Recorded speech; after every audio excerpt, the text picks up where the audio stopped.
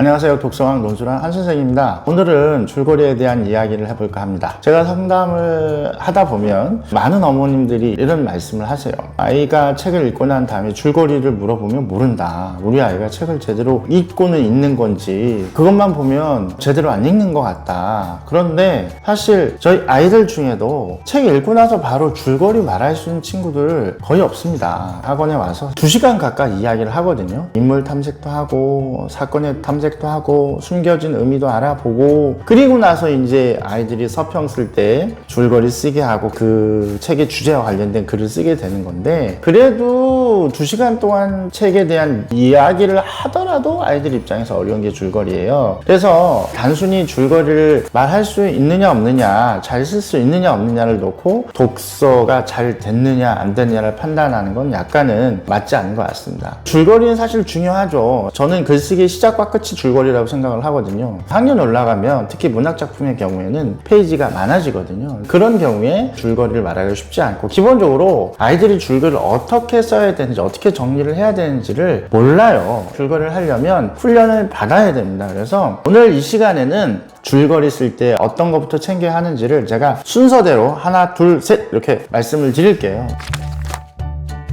자, 일단은 줄거리 할 때 가장 먼저 해야 되는 게 뭐냐, 우리가 소설 구성의 3요에서 인물 사건 배경 어머님들도 다 아시죠? A4지 한 장에다가 마인드맵을 그려간다고 생각을 하세요. 첫 번째는 배경입니다. 이게 현대 소설인지 조선시대 소설인지 시간적 배경, 그 다음에 우리나라인지 서양인지 중국인지 유럽인지 공간적 배경을 아이들이 일단 체크를 해야 되고요. 두 번째는 인물입니다. 주인공에 대한 파악인데 아주 간단한 것부터 주인공이 남자인지 여자인지, 주인공의 성격 같은 거나 어떤 특징 같은 거, 뭐 신체적 특징도 괜찮고요. 아이들이 단순하게 쓸 수 있는 것부터 써가는 거죠. 주인공이 가족이 있으면 가족, 친구들, 이런 식으로 동심원이 퍼지는 것처럼 주인공을 둘러싸고는 인물 순으로 이렇게 쭉 확장을 시켜 나갑니다. 자, 이렇게 정의를 딱 맞추면 그 다음부터 이제 사건이 나와야 되겠죠. 주인공과 관련된 사건만 정리를 합니다. 사건인데 번호를 먹여가면서 책을 처음부터 아이들이 이제 다시 봐도 상관은 없어요. 아이들이 줄거리를 쓸 때 책을 딱 덮고 기억해서 써야 한다고 생각하시는 분들이 있는데 아닙니다. 당연히 책 한 번 읽고 생각이 안 나면 책 다시 처음부터 보면서 점검할 수 있습니다. 줄거리를 써가면서 책을 또 한 번 보게 된 효과도 있거든요. 이렇게 해서 이제 처음부터 책의 사건들을 정리해 갑니다. 주인공이 겪은 사건들을 정리해 가다가 그 사건에 관련된 주변 인물도 기록을 하고, 이런 식으로 이제 사건을 쭉 기록을 합니다. 이런 식으로 이제 줄거리를 쓰기 전에 마인드맵으로 줄거리 준비, 즉 줄거리를 쓰기 위한 재료들을 모아놓는 거죠. 그리고 나서 본격적인 줄거리 쓰기에 들어갑니다.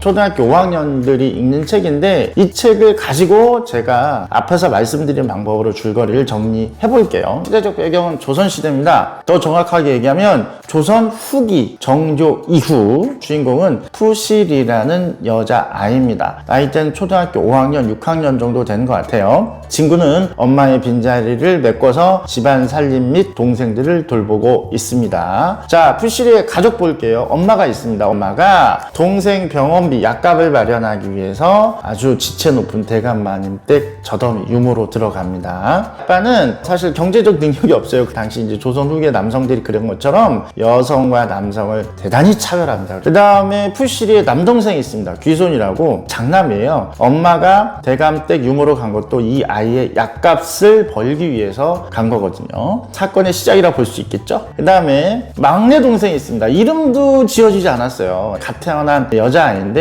엄마가 대감댁 유모로 갔기 때문에 이 아이는 돌봄을 받지 못하죠. 푸시리가 이 아이를 돌봐가면서 사건이 전개됩니다. 자, 주인공 가족은 이렇게 정리가 됐습니다.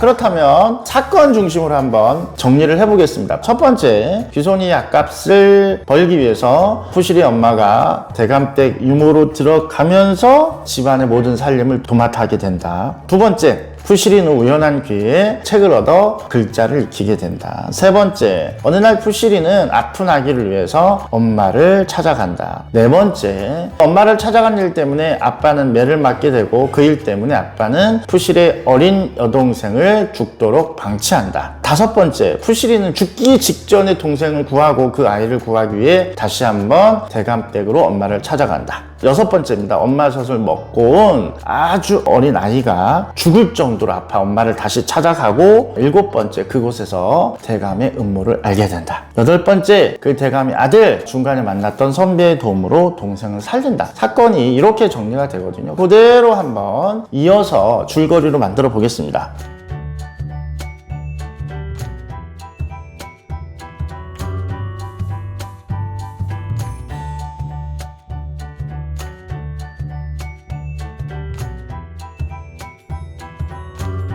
요게 한 350자에서 370자 정도 됩니다. 좀 길죠? 초등학교 5학년 아이가 독후감을 쓴다 하면 줄거리를 200자에서 300자 정도로 정리하는 게 좋거든요. 자, 그럼 더 줄여봅시다.